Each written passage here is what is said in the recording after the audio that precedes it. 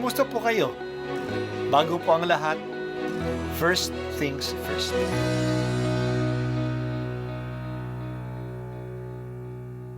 Good morning po. Sinisimulan po natin ngayon ang first things first.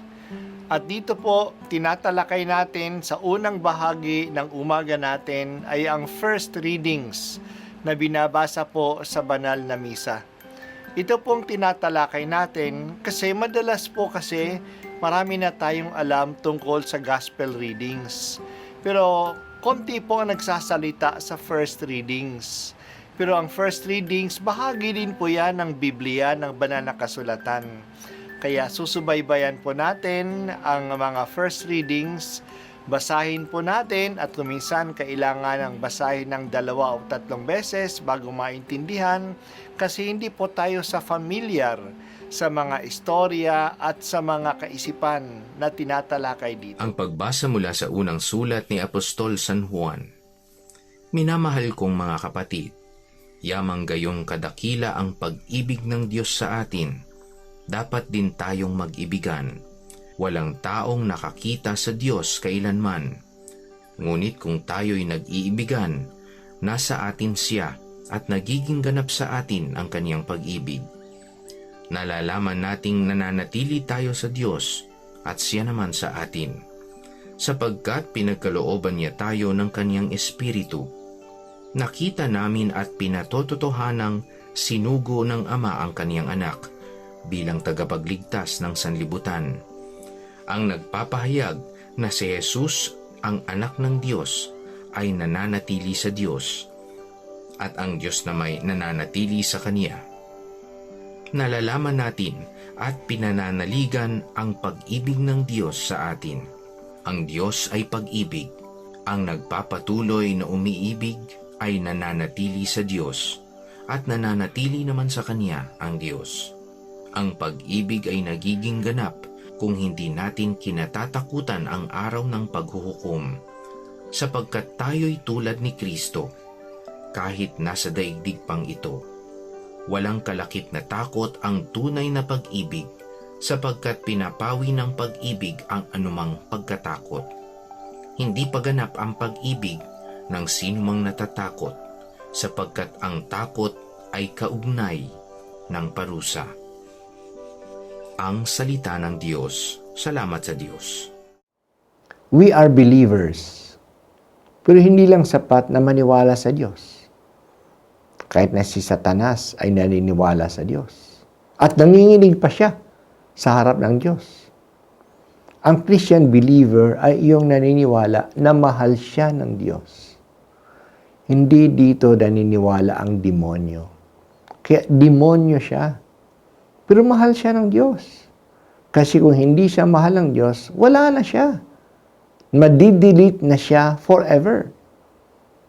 Ang problema kay Satanas, ayaw niyang aminin at ayaw niyang hayaan na mahalin siya ng Diyos. Naniniwala tayo na mahal tayo ng Diyos. Palalimin pa natin ang paniniwala na ito. Kung talagang naniniwala tayo na mahal tayo ng Diyos, madali sa ating magmahal sa ating kapwa. Ibabahagi natin sa ating kapwa ang nag-uumapaw na pag-ibig sa atin ng Diyos. At dahil sa malalim na paniniwala ng pagmamahal ng Diyos, hindi tayo natatakot. Hindi tayo natatakot sa buhay na ito. Nandyan ang mapagmahal na kamay ng Diyos. Hindi tayo natatakot na mamatay. Kasi ang kamatayan ay paglapit natin sa Diyos na nagmamahal sa atin. Hindi tayo natatakot sa last judgment. Ang hukom na haharapin natin ay nagmamahal sa atin. Kaya nga natin narinig kanina, perfect love drives out all fear. Kaya ang pananawagan sa atin ay remain in the love of God. Manatili lang tayo sa pagmamahal ng Diyos. Huwag na tayong kumalas sa siyakap niya.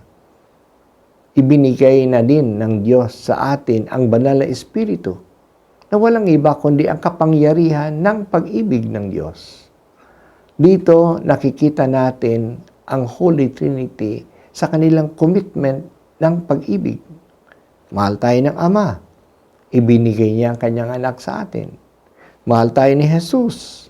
Tinubos niya tayo sa ating mga kasalanan. Mahal tayo ng Espiritu Santo.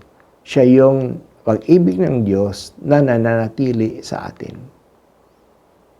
Tayo mga tao, nilikha tayo ng Diyos na kawangis niya. Dahil sa ang Diyos ay pag-ibig, hindi na lang tayo nilikha ng Diyos dahil mahal niya tayo. Ang pag-ibig ay bahagi ng ating pagkatao. We have the capacity to love because we are created in the image of God who is love. Sana kapag tayo ay nagsasalita tungkol sa pag-ibig, tumingin tayo sa Diyos na siya ang source, ang bukal ng pagmamahal. At iugnay natin palagi ang ating pagsisikap na umibig sa pag-ibig ng Diyos so that we will not misuse and bastardize the real meaning of love.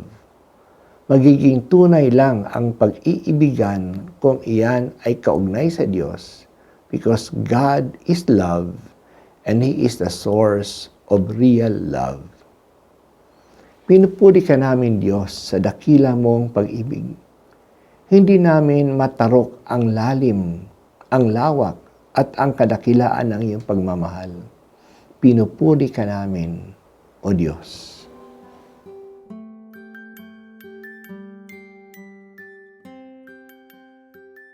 At ako po ay si Bishop Broderick Pabilio dito sa First Things First.